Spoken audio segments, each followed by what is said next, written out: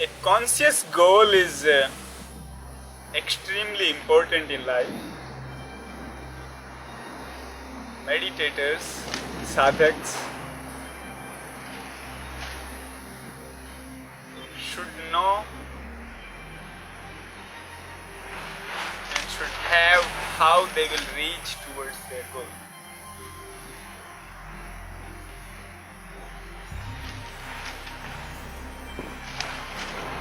It's like if you see on a road dry leaves. The dry leaves, wherever the wind comes, the wind takes it towards wherever it is going. The dry leaf does not have their own significance, their own individuality. That where they want to reach, they reach. The leaves will go wherever the wind takes them. Sometime this side of the road, sometime that side of the road, sometime on the road, and sometime in the jungle, and they goes on.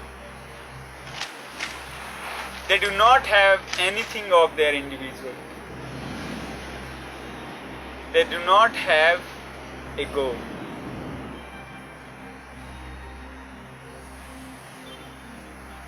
We can take another example.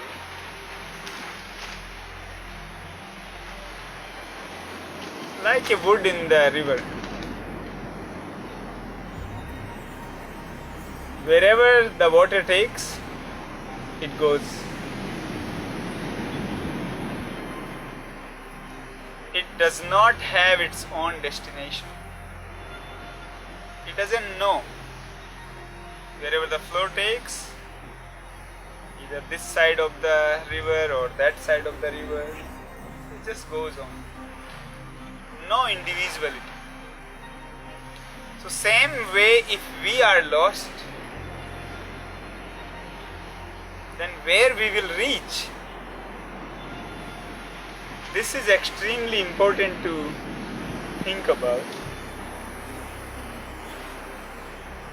This is important to introspect in life where we will go. If we do not know what we want in life.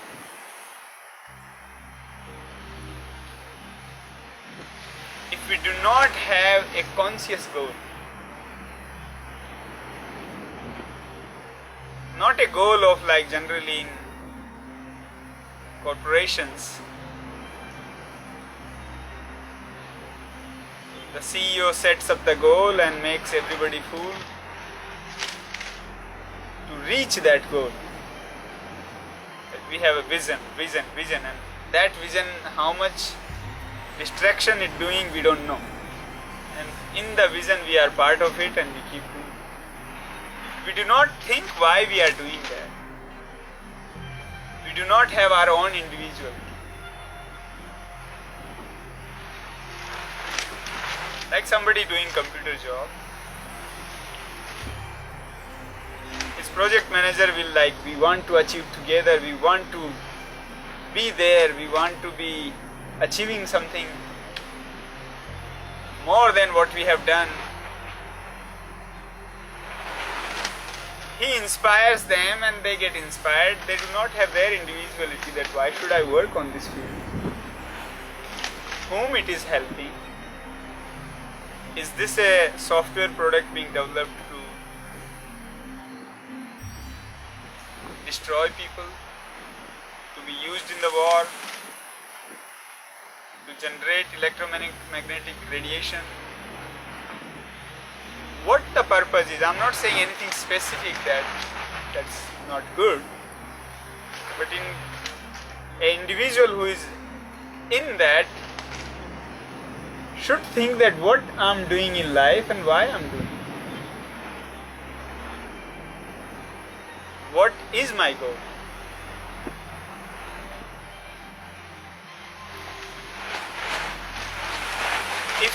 the goal is clear, then the resources can be allocated to it, and then we go direct towards it. If the goal is not there, then energy is spread, and then it is not utilized in a focused manner towards the goal, and then purpose of the life is lost. Take example of a prism.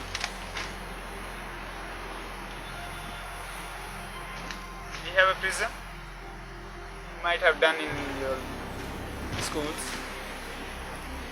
So with the prism we pass the sunlight, and in front is a paper, and when the light passes, what happens? The paper burns. And why it is burning? And why the same sunlight is not burning us right now?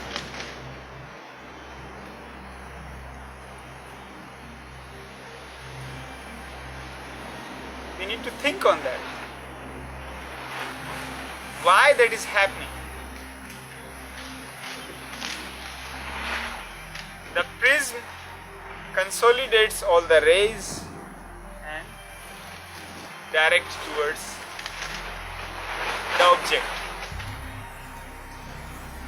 They are all together, not wasting it. So then it has the power to burn. We are sitting here, walking, talking, eating, meditating. We don't burn because the rays are spread. So same way in life, our purpose is not clear, or if it is clear, it's partially, like these are just words. That I want to know God, and then what I do, I don't know. I want to know who I am, from where I came, where I will go, but then what we do is totally opposite. We keep on chit-chatting, gossiping, and destroying our energy.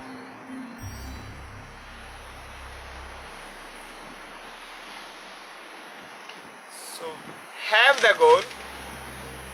This will help in allocating the resources towards it. As you have the goal clear, then have, like what you call the vision statement or the goal, then have the key priorities that to achieve this goal I need to do this, this, this.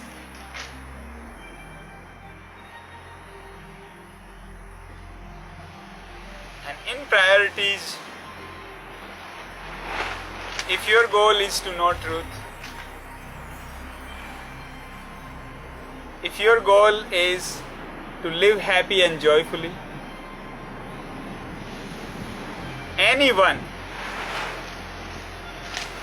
a pure body, pure thought, pure emotions. These projects you would need. A project to make the body pure, a project to make the thoughts pure, and a project to make the emotions pure. And these all projects can be together. And these three will lead towards a happy and joyful life. Further on,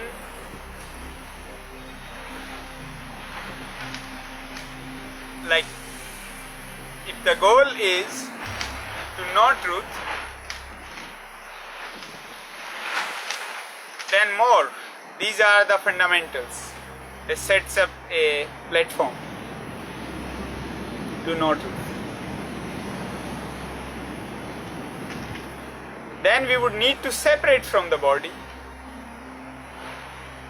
So the body separates also. There are ways, processes to do it. Then we have to go into the state of no mind. There are ways to achieve that. Or a state of thoughtlessness.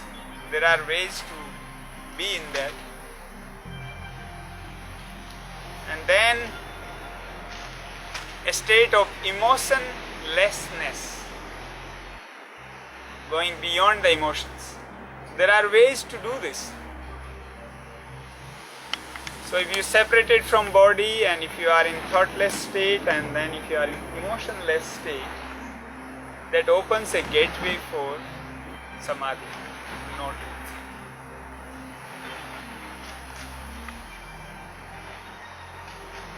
So introspect that we need to have a goal, we need to work on achieving that goal. If you take example of Lord Gautam Buddha, when he was born, Buddha's parents called the people who sees the future, and out of all of them except one person, unanimously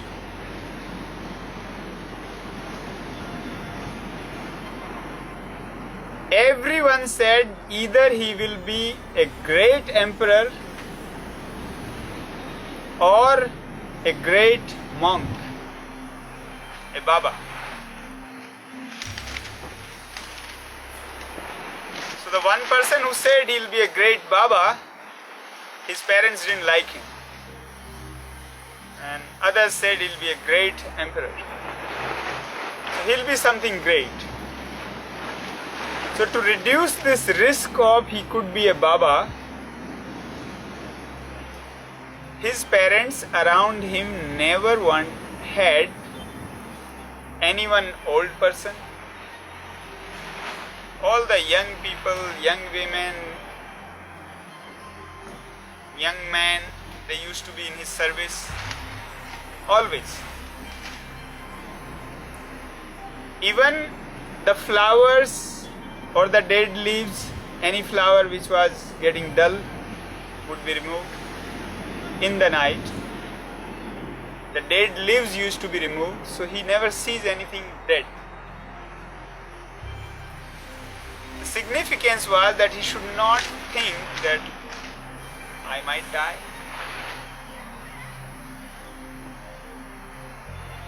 He should not even come to know about death. So it was instructed, said, you never say about death, never talk about death. And even if he asks, then don't tell him that death exists and can I die any day or one day. He even had different houses in different seasons. We should not have effect of weather much.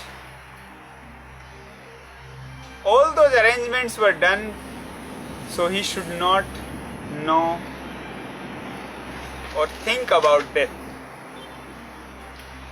But one day it happens that when he was going in a youth festival,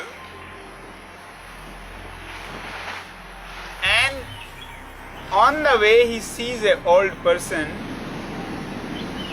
and walking like old men, their back is down. He says, what is this? Why this man is like that? Can I one day be like that? The person he was driving his, that time, in whatever the rath he was sitting,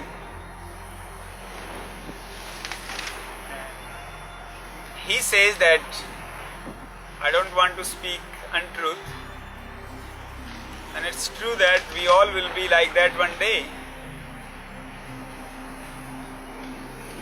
Then he says, then let's go back, what's the point? If I'll be like that one day, then what's the point of going into a youth festival?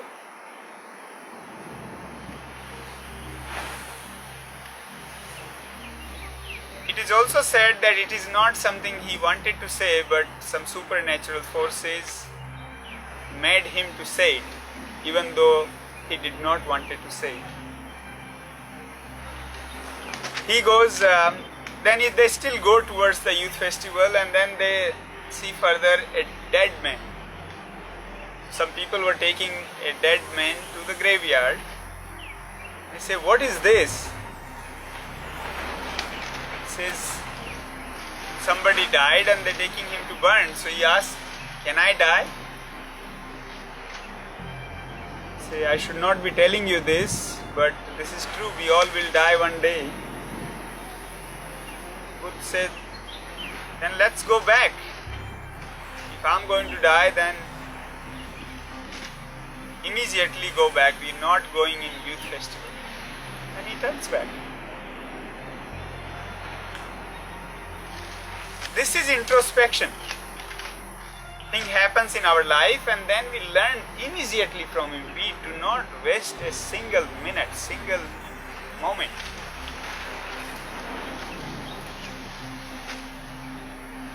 So it's good that you are introspecting, you are auditing yourself, you are writing your thoughts, you are thinking on other topics. But is it real, or it's just like, okay, I just do it, this exercise because I am being asked? It should bring a change in our life. Then it's the real introspection. Deep down we have touched our being.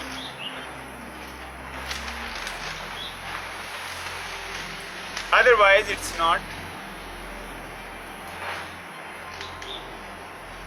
leading towards the goal which we have, or that much helpful.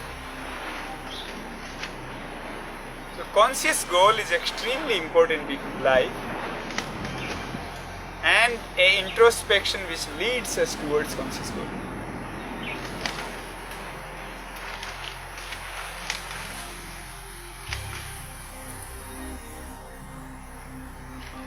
That's what I would say right now on conscious goal.